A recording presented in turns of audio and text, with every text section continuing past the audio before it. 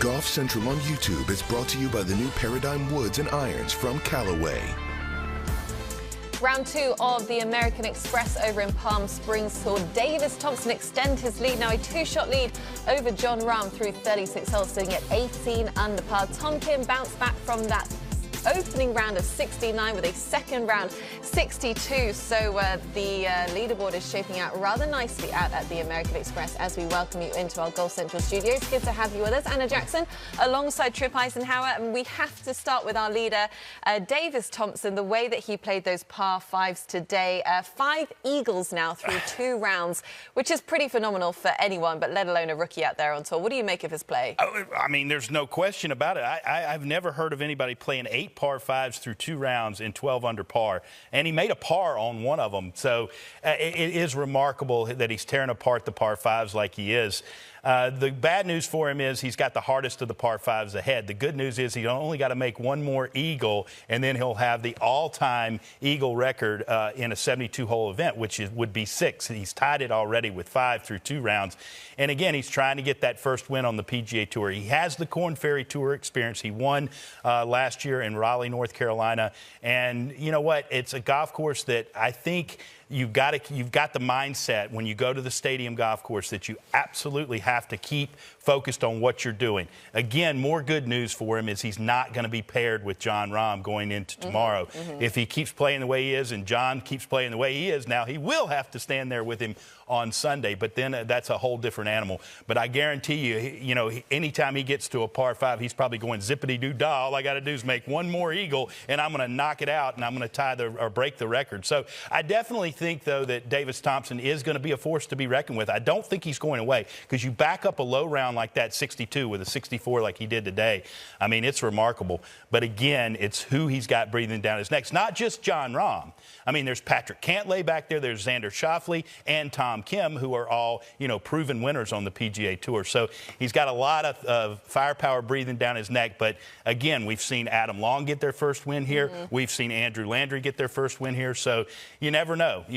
Davis Thompson what a story it would be if he were to hold off Jon Rahm and ultimately win this championship. Well, that's it. I mean, it's not just a Jon Rahm. It's a Jon Rahm who is in some incredibly good form, arguably the hottest player on the planet right now. Coming off that win in Hawaii, had such a hot stretch at the end of 2022. Looking at his scorecard from today, entirely bogey-free, 8 under 64, 16 under par. Why don't we hear from the Spaniard about what was working so well for him today? And, well, that was his wedges. That was probably the best I've ever had it. There was a distance today, which was basically a 100-yard feeling shot that I have multiple times. I had it on, let's say, 10. I think I had it on 13, 14, 15, close to it on 1, and on 5. That is 6 shots that none of them were outside 8 feet, and 3 of them were absolute tap-ins. 1 almost went in. So yeah, that part of it was amazing. I had a couple of really good long iron shots as well. Second shot into 7 was really good. Listen, when I'm saying it's not the best, it's because I expect a lot of myself, especially with how good I've been playing, but still pretty damn good rounds of golf. Always wears his heart on his sleeve. Yeah. This man, he's been venting about his frustrations about the world rankings so far this year. He's hasn't actually got the opportunity to go to world number 1 this week, which is pretty amazing. Ranked number 4 in the world. But Patrick Cantlay, who's ranked number 5th in the world, does. So riddle me that. But overall, I mean, this year, the opportunity for Jon Rahm is just enormous. Oh, my gosh, yes. And, I mean, to come out in 2023, the way he closed 2022, winning at the DP World Tour Championship, playing really great golf, didn't finish out of the top 10 in his last couple of times, but events of the season, I should say, in 2022. But the way he won, it looked like Colin Morikawa was going to walk away in Maui, and Jon Rahm absolutely never blinked, and he kept pushing ahead. And I think when you look at where he is right now, sitting at 16 under, it's exactly where he was a couple of years ago, and he gets to play the stadium golf course twice.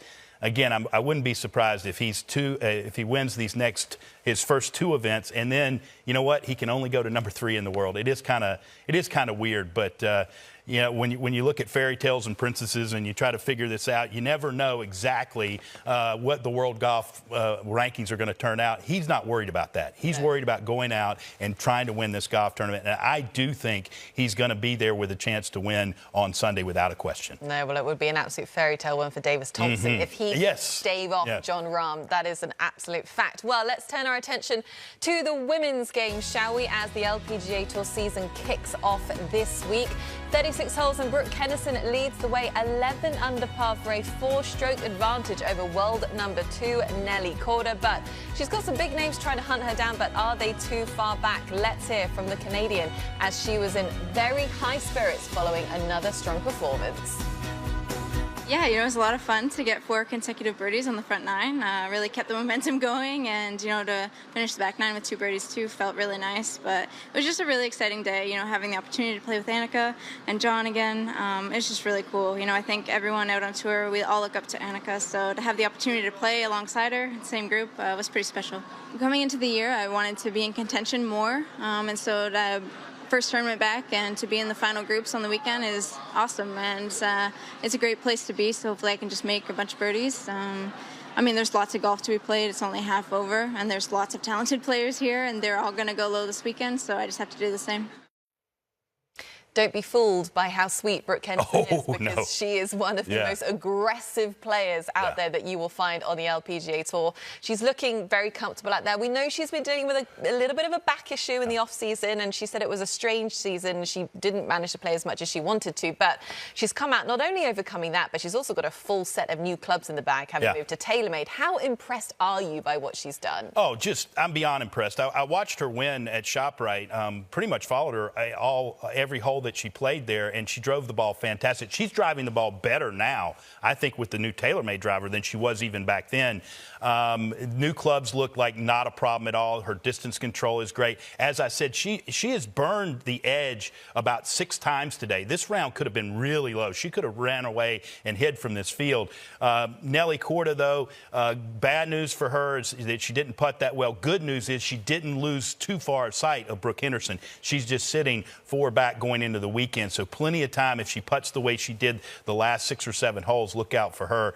The only problem is the forecast of what, you know, it's supposed to rain all day tomorrow. The plumbing around Lake Nona is going to get tested, so I definitely think it won't be a problem, though, because of the sand issues. I think it will drain just fine, so it'll only be a little bit of an issue, just more of an annoyance, because it's just that constant rain that you have to deal with. But Brooke Henderson, she probably played in quite a bit of rain in her day, and so has Nelly Korda, so I don't think it's going to be anything but a nuisance for the players tomorrow. Well, this is it. And just a word on Nelly Korda. You know, she also had a very busy off-season. She played in that QBE shootout where she captured the attention of the men's game, by the way, and they were just so complimentary about her. And she said, hey, you guys need to watch more women's golf, because then you wouldn't be so shocked about how good we are. But then she teed it up with her father at the PNC Championship, and that was really just, what, 3 or 4 weeks ago. But she's back out. Doesn't look too rusty, perhaps a little bit tired. Well, you know what? She's going through a ball change, and I think that might have something to do with it, even though it was really the putter in round number 3, or round number 2, excuse me, that really kept her